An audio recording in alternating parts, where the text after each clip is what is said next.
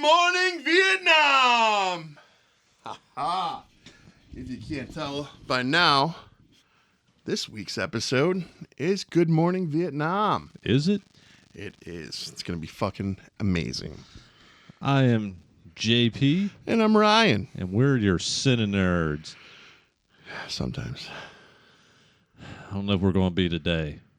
Or maybe we are. I don't know. This one's a little deep. This one's a little more real. This one, I'm just going to dive into my initial reactions. And this is one I have only ever seen once before. Okay. And I was pretty young when I watched this film. And I hated it.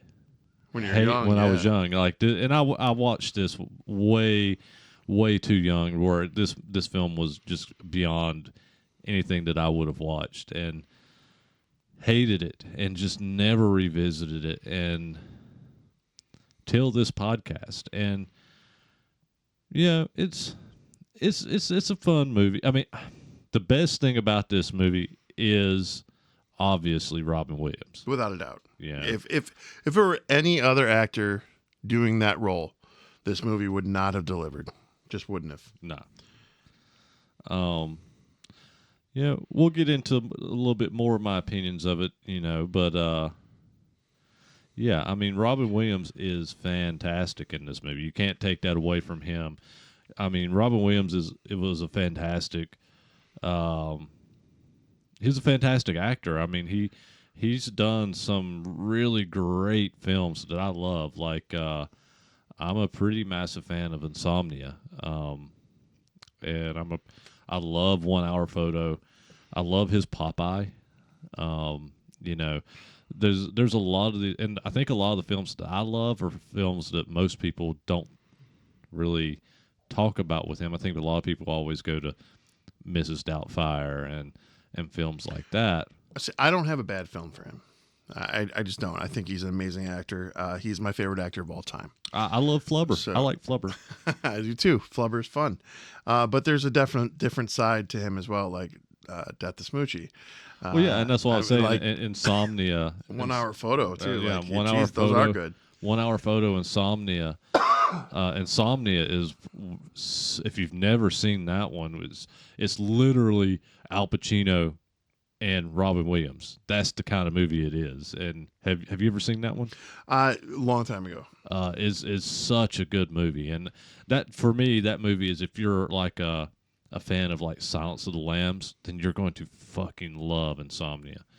But yeah, this is one that was not a fan of, and just was not ever on my radar to rewatch, even though I knew Robin Williams is in it, and became a fan of Robin Williams after I hated this film, But the catalog of films, I mean, hell, one of the films I didn't even mention, fucking Good Will Hunting. I mean, oh yeah, so many great films this guy has done. He's just a brilliant actor, period. And he was best friends with my Superman, Christopher Reeve. This is so much I loved about this man, But yeah. Didn't they pass away like a year apart? They've actually said that they felt like one of the reasons that Robin Williams killed himself was after Chris died. That I'm pretty sure it was a year apart. All of it became too much for him, and I think between him battling his depression and anxiety and things that he was dealing with, and then the death of his best friend Christopher Reeve,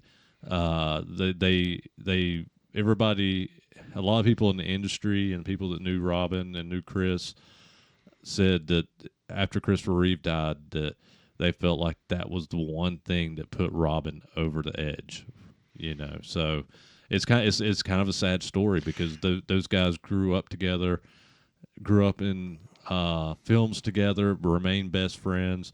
After Christopher Reeve's accident, Robin was the one there with Chris and helping him be active outside again. of his family, but yeah, outside of his family. But Robin was always there, and that's something you gotta love and respect even more.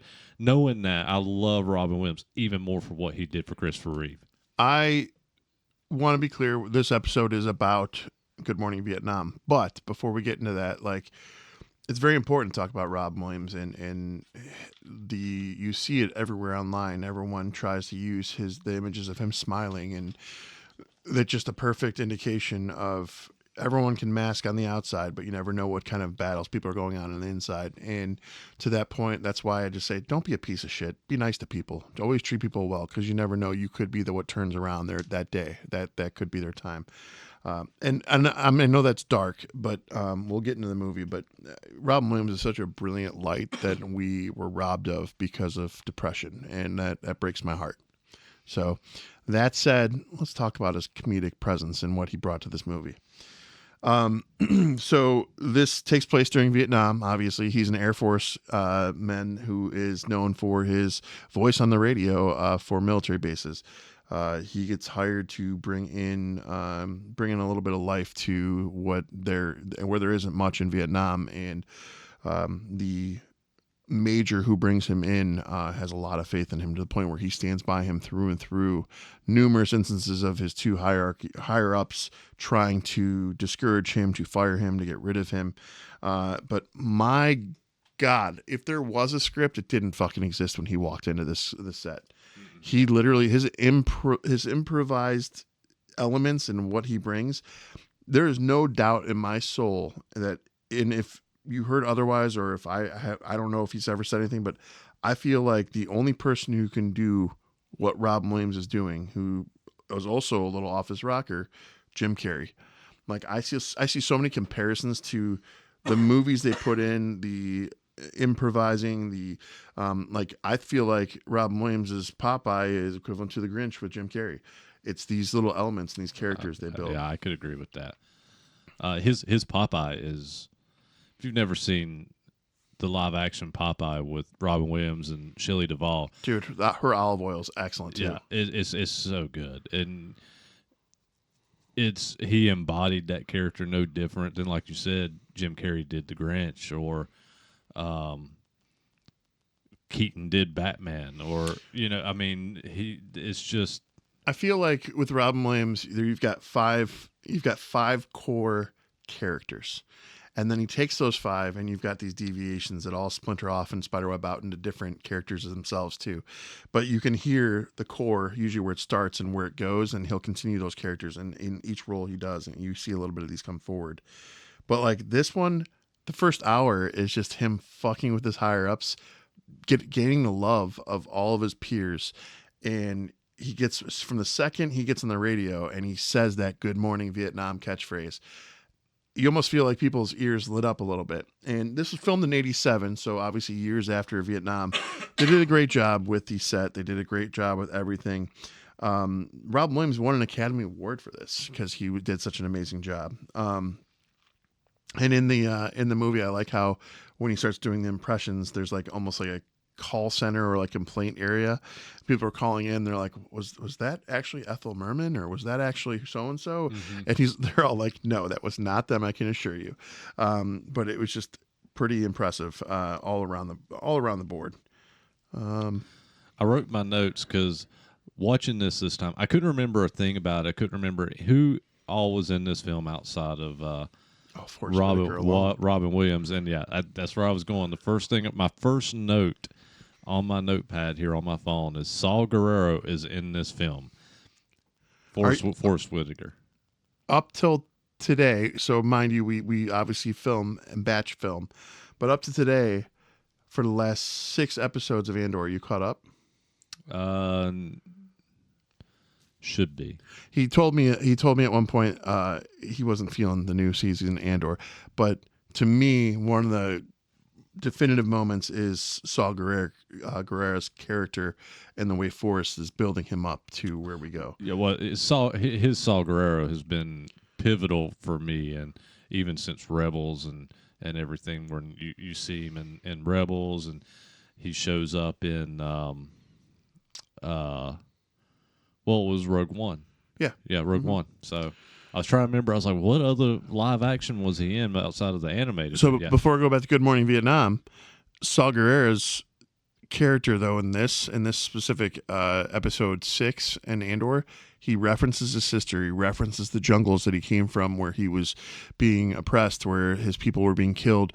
The way he goes into character based off of a cartoon story that was built for his origin was just excellent. Like, he looked like he was off his rocker legitimately, and you felt it. You felt what he was going through. So Forrest Whitaker has the ability to do that. I don't know if anyone listening, if you've seen Ghost Dog, talk about it in the chat, but Ghost Dog is another one that unbelievable. So I'm a fan of Forrest Whitaker. I've always been a fan of Forrest Whitaker too. So I mean, yeah, that's why I wrote that down. So I wrote Saw Gerrera because I'd actually was just watched like Andor, so I knew it was Forrest Whitaker, but in my mind at this point he's my Saw Gerrera. So that's why I wrote that. But and I, like I said, I didn't remember him being in this because I only saw it one time, and I was a kid when I watched this. So seeing Forrest in this, I was pretty excited off the jump. With one of the first people you see is Forrest Whitaker. There's another character in this who is the direct report for Robin Williams' character. His character is Adrian Cronauer, I think it is, or they nickname him AC for the radio purposes. But his direct report is played by an actor named Bruno Kirby. This dude wants to be Joe Pesci so fucking bad, it's sick. Every single voice inflection, if I close my eyes, it's Joe Pesci. Like, it was bad. And then there's another direct above that guy who is just he's just got a hard on to like be done with Robin Williams, in his role, and everything he says, every joke he does, everything is just like something that these people are attacking because it's not clean, or they're making too many political jokes or references. As he progresses into the story, we have a few things that happen. So Robin Williams gets to Vietnam, and while he's there and Forrest Whitaker's driving him, he keeps looking. He does this bit where he's like, because all the women are dressed the same, he's like, "Oh, that one's cute. That one's great. Just stop the car for a second." And Forrest Whitaker's like, "Nope, we're on a time limit. We keep going." And then they get like maybe a few minutes down the road, and the same dress on a woman is there. He's like, "Oh, she's fast. She's ahead of us. Look at that. Maybe she'll keep going. She'll be faster ahead yet." And they keep going down the road, and he's looking for another one. But it was funny because he ends up having a crush on a girl who's dressed pretty similar to those women. And in order to get near this woman, he interrupts an English teacher who's teaching Vietnamese English and goes into this class, and he pays him to leave the room because he's trying to take over his teacher. And this one boy keeps attacking Robin Williams over and over. And he's like, "I know what you're up to. That's my sister. That's my sister." And he's not feeling it. Like, he wants him to stay away from his sister. And you find out more as the story progresses as to why he's like that. But this bond builds between them more than Robin Williams' character and the sister, not in any weird way, but in the sense that they become friends. He takes him to lunch. They talk. He's honest to him. He tells him how he feels. And the story starts progressing. And that's where I said for the first hour, this movie is jokes, laughs, everything Robin Williams does well from a comedic standpoint. At that hour mark, this turns really quick because that young boy has a different name, and he's part of the Viet Cong, and he knows that a restaurant that's a popular hangout for the GIs is a target. And Robin Williams is in there having a beer, and he walks up to the young boy, and the boy walks up to him. He goes, "You got to meet my sister. Come meet my sister. You got to meet her now, or you're gonna miss it." And he gets him out of there, and as they're like maybe 10 yards away from the entrance, the whole place blows up.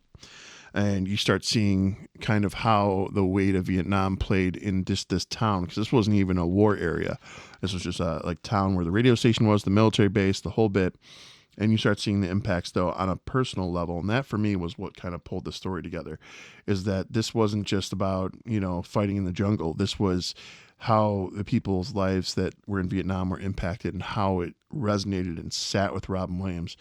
And Robin Williams goes right from, mind you, there's a whole crew of people that have to fact check whatever he gets printed for news to read on the air, and they cross off anything he's not allowed to read. So anything that's negative, anything when he first gets there, he's not allowed to play certain music because he doesn't want people getting too riled. It is censorship at its fullest for him, and he's frustrated by it. The report comes through as he gets to the radio station after the bombing. He's got blood on his shirt. and he wants to go full out and tell the truth on what happened. And he gets papers yoinked out of his hand. He's told no, he's not allowed. He goes in, he locks the door, and he starts trying to say the unofficial bombing. And he's using words like unofficial and circumstantial. And he's just trying to beat around it without telling false narratives. And he gets shut off. They cut him off the air and they suspend him. And you start seeing the story unfold of how the young boy is with the Viet Cong and the family is tied into that, and you start seeing the stuff unfold and go from there. Go ahead. I'm sorry, I'm talking a lot here. Oh, I was in a trance listening to you. Man, I don't know where to start now. You got almost through the movie. Yeah, well, there's a lot more, but yeah, it's such a good movie though. This is one of those early movies for Robin Williams that he just he's one of those actors who, whether he's trying to be funny or he's trying to be serious, you listen. And when he flipped the switch from the comedic side of him to the serious side in this movie, it really, really sat well with me.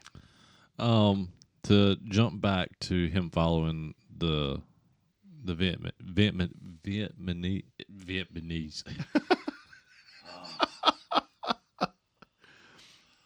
The Asian girl.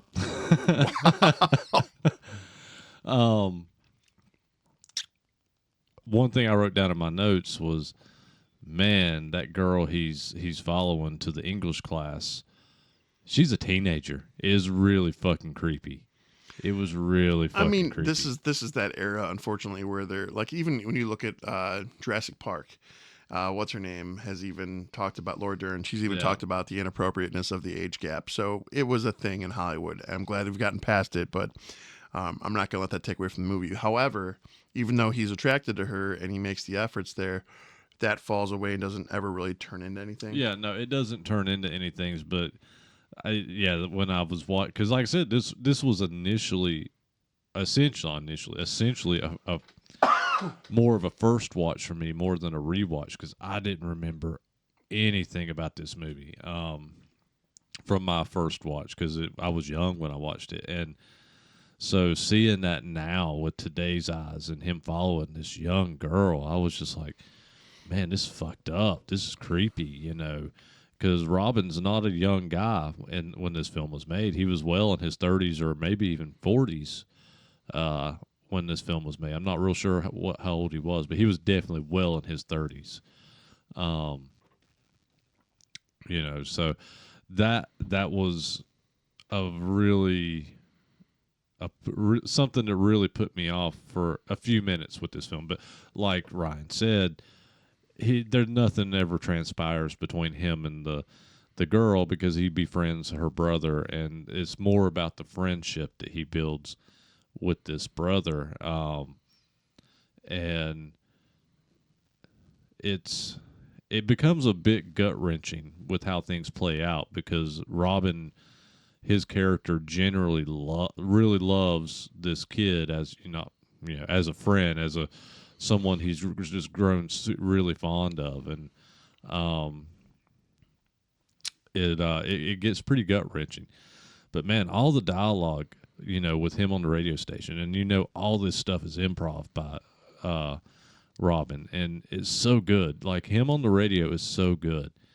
And even whenever he gets suspended, he's getting brought back to the radio station, and they get stopped. And this is one of my favorite scenes in the movie. He gets stopped in like a little traffic jam surrounded by soldiers on, going out, being shipped out. They're all in their trucks, and they're Forrest Whitaker's, hey, we need to get through. This is blah blah blah blah, and they're like, well, prove it. And Robin Williams stands up in his Jeep and surrounded by all these soldiers and just starts doing his rants. I feel like that was Forrest Whitaker's character was doing it intentionally to put them in that position, though, because at this juncture, Robin Williams has already been basically suspended, asked to come back. He doesn't want to go back. He sees there's more bigger issues happening, and he doesn't feel like he's really going to contribute in a positive way. But I love this scene so much because, and like you're saying, that's why. And the reason I love it so much is it shows it shows Robin's character the value of what he's doing, even though he's being censored. The value of these soldiers need that outlet of listening to him, and they love listening to him so much. That is such a is something that gets their mind off the terrible things that are going on around them. It helped the camaraderie, and like he took the time in that moment to ask certain soldiers what their names were, and then when he did go on the air later after he was inspired back, he went on the air and he said hi to those soldiers because he thought maybe they were listening, that it might help him. He saw the power of his words, so it was kind of cool. Yeah, that is definitely my favorite scene in this entire movie. Was that scene, and I read someplace that was actually added to the film because they wanted to give his character development actually like a face to face with the soldiers. And so in that scene at the hour and 24-minute mark, there's a Cleveland joke there. Yeah, there is. There's a Cleveland. He goes, "Where are you from?" And he goes, "I'm from Cleveland." He goes, "Oh, so not too different from Vietnam." I was like, "Okay, that's fair. That's fair. Yeah. All right." But yeah, that whole scene is excellent. I do feel like so. After that scene, after he goes on the radio, there's another little. Basically, he gets convinced where the major who's trying to get him fired, he wants to send him into harm's way. So he sends him out on a road that he knows is hostile territory.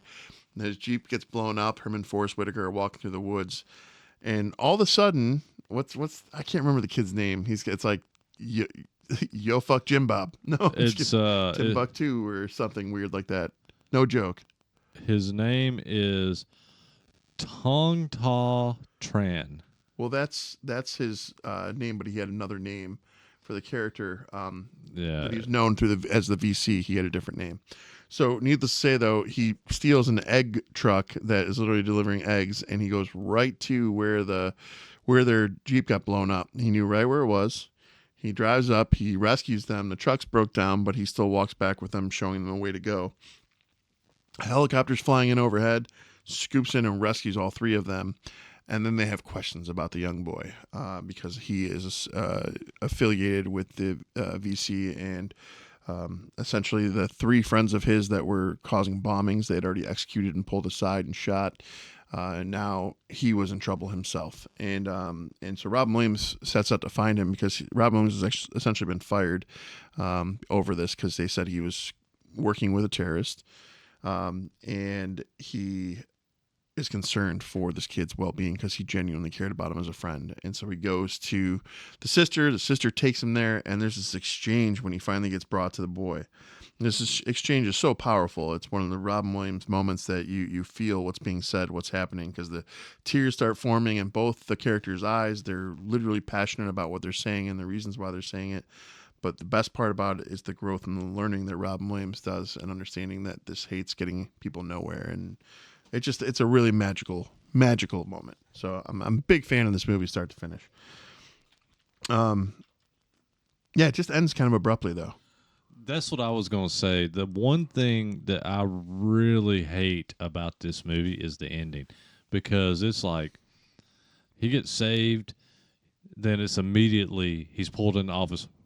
We're shipping you out. You're fired because you're hanging out with this guy and he's affiliated with all these bombings. And he goes and confronts him, and then he's basically getting on a plane, and that's it. He's gone. That's the end of the film, and it ends very abruptly.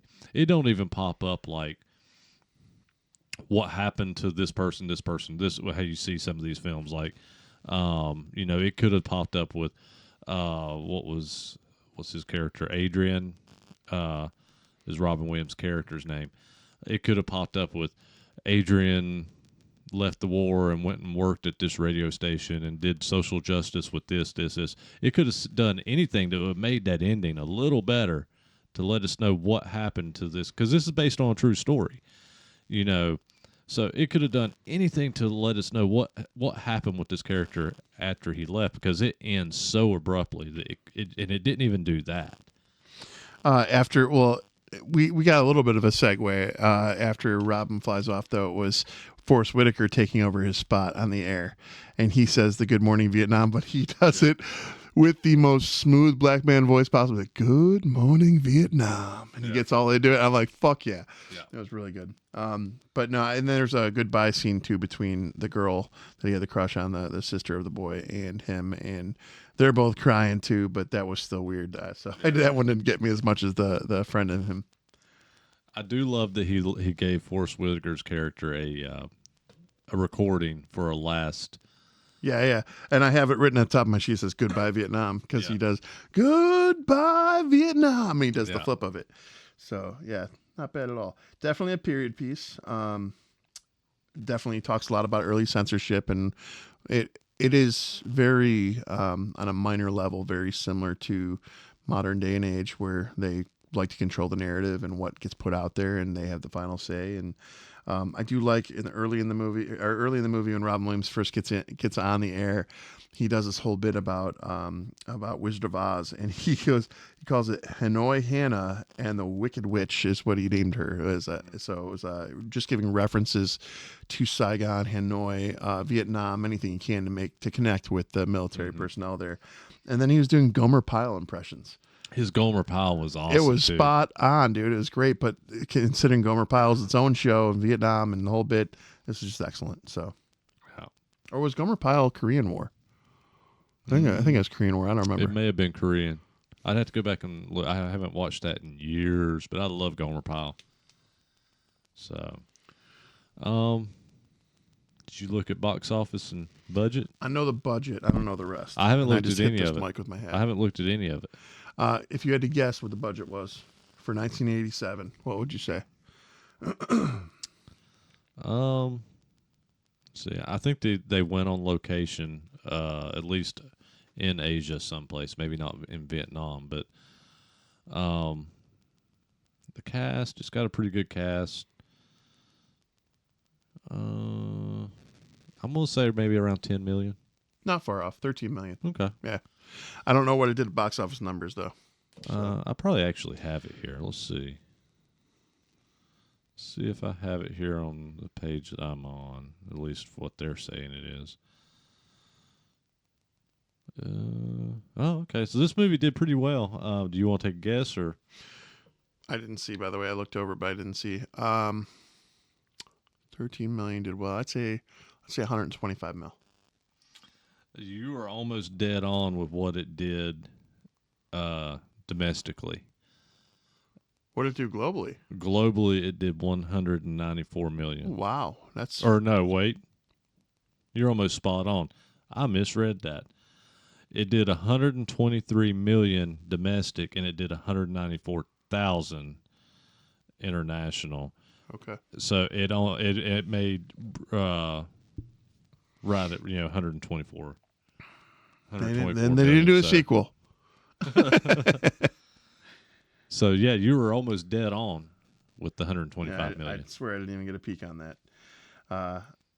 Let's see. Yeah, I pretty much don't have too much else to say about this, except for the director also did The Natural and Rain Man, so that was kind of cool too. Yeah, I don't even think I looked up this guy's IMDb to look at what else he directed, because I think I focused so much on Robin Williams. Yeah. I don't think I even went and looked at it. You know what my favorite Robin Williams film is? I forgot about this. Good Morning Vietnam's up there, and there's a lot of great movies, but if you haven't seen it, I think I've talked about it on the show before, or on the podcast, but What Dreams May Come. Mm-hmm. Have you seen that? Yeah, I've seen Cuba that. Gooding Jr. as well. Holy shit. You want to talk about a movie that's disturbing? I mean, his whole family gets wiped out in the first X amount of minutes, leaving his wife left to deal with the aftermath, and she ends up taking her own life. And that's in the first 5 or 10 minutes. So that's not me giving away the whole story.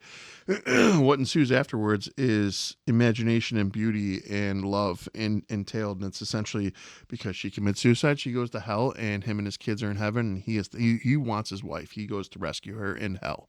And the way that the the visuals all kick in, the way everything comes together, it's just such a beautiful, beautiful movie. I watched it after my first divorce, and I've only had one, so I shouldn't have said first. I watched it after a divorce when I was younger, and I bawled like a little. Yeah, that was one. That one, and I will admit The Notebook. That one in The Notebook got me. I've never seen The Notebook. Dude. Excuse you. That came from nowhere.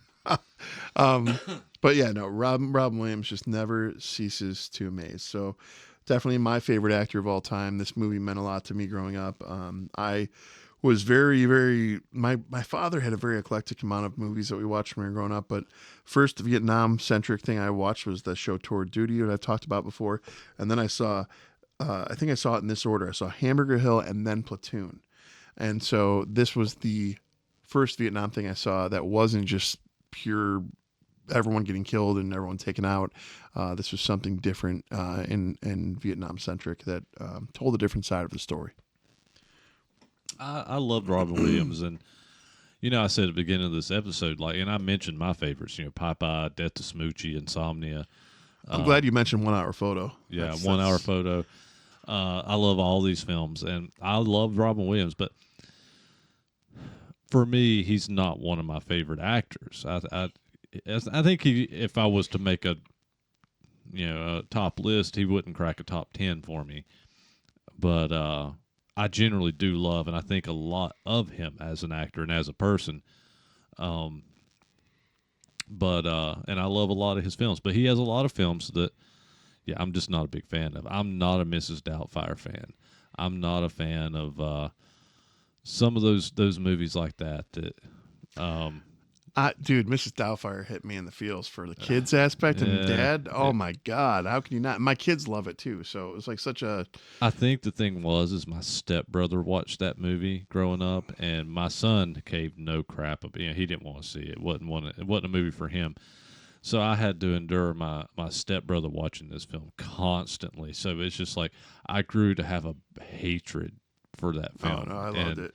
And so whenever I think of him, and I think that's why I do have a problem. I can't put him on like one of my favorite actors lists, is because my stepbrother ruined some of Robin Williams with me, growing up. I'll fix you. Playing it constantly. I'll bring you back.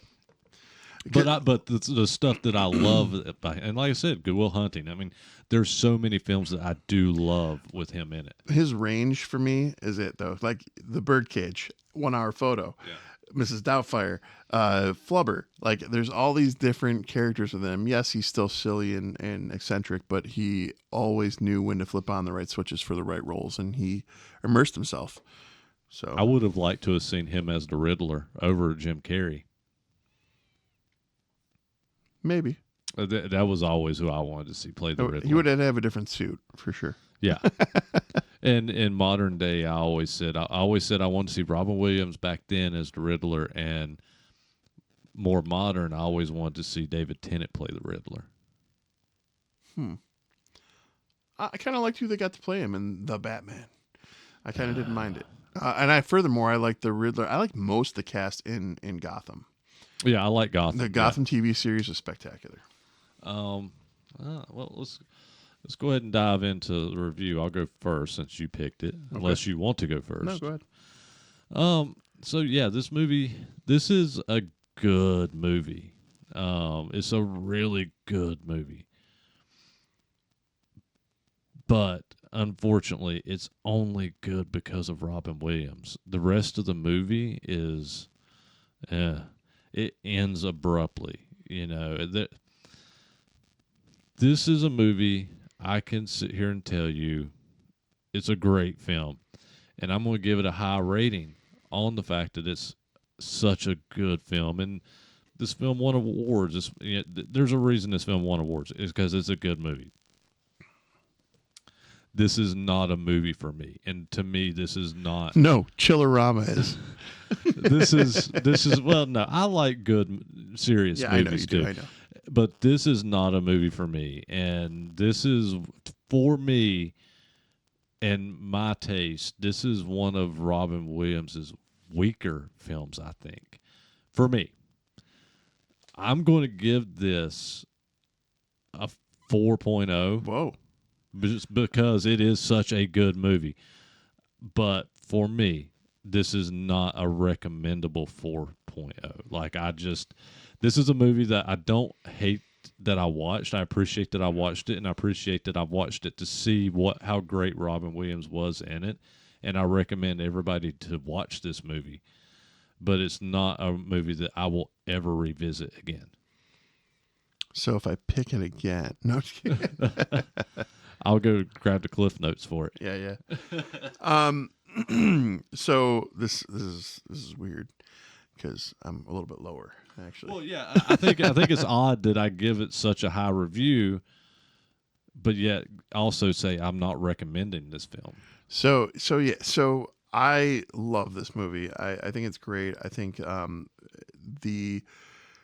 always look at movies in the sense of, would my kids enjoy these with me? And Noah, my youngest, he loves history. He loves World War II and Vietnam specifically. I told him the premise of this movie and that it was Robin Williams, and I had to watch it last night, like really abruptly.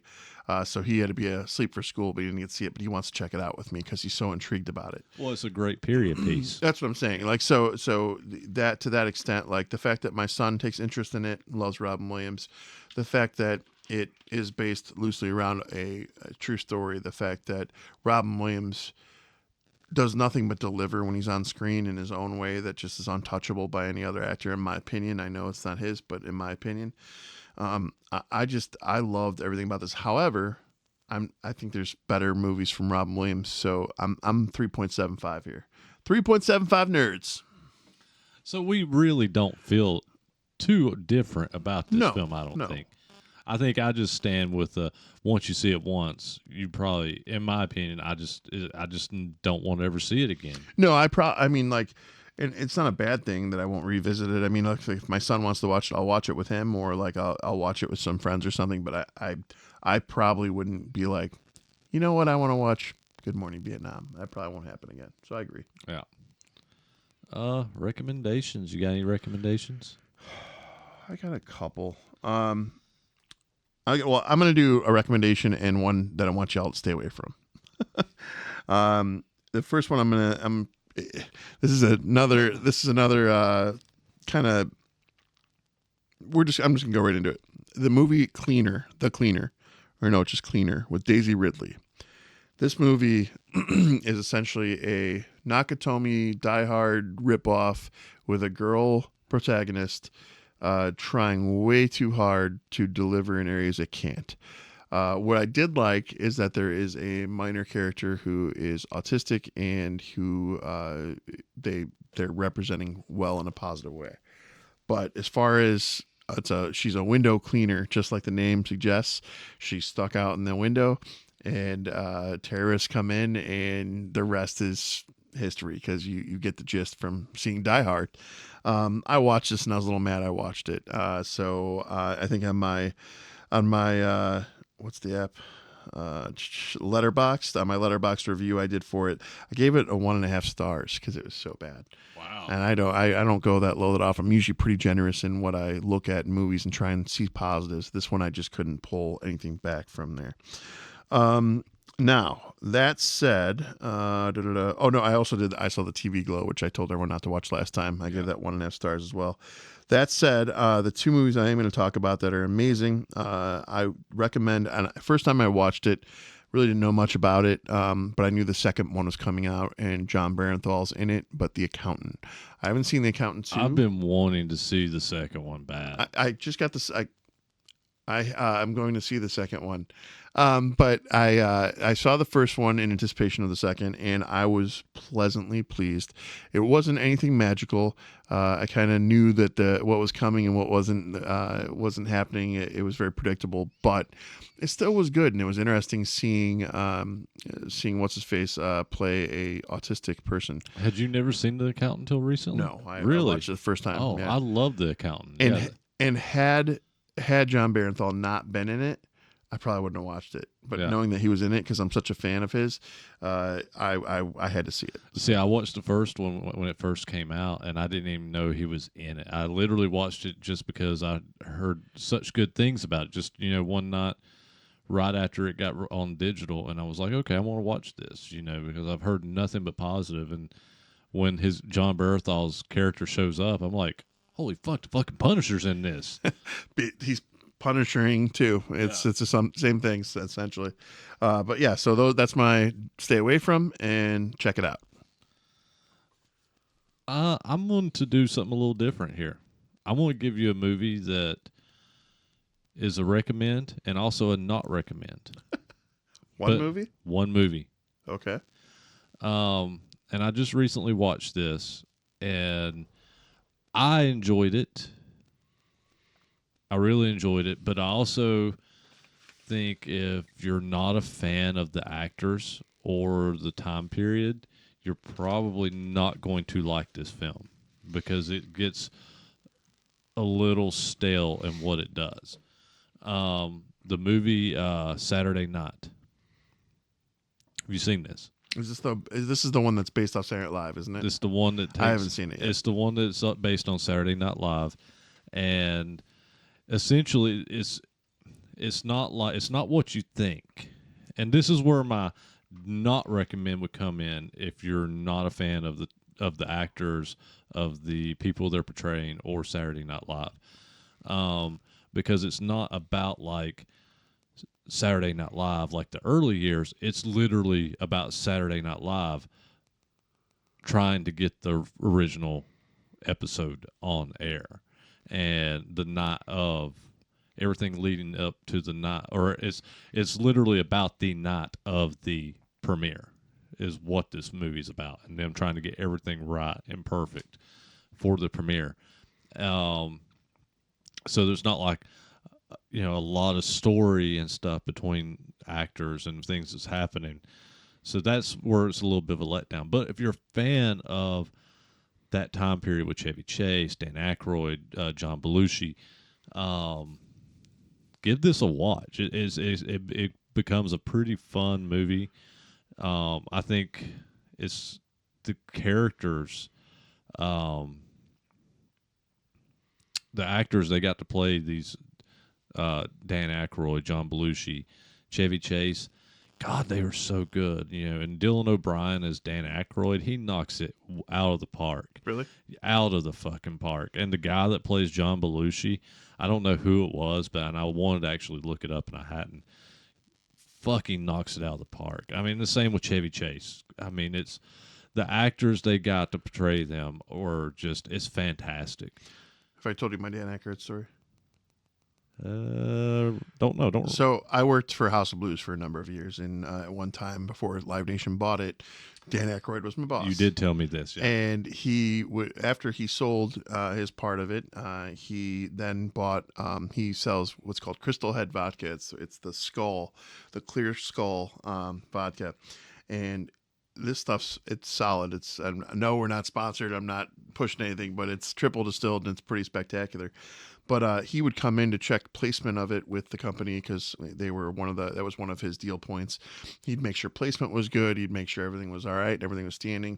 He'd come in even though he wasn't part of the company anymore, and we had House of Blues books, and he'd sign all the books for people. He was so amazing.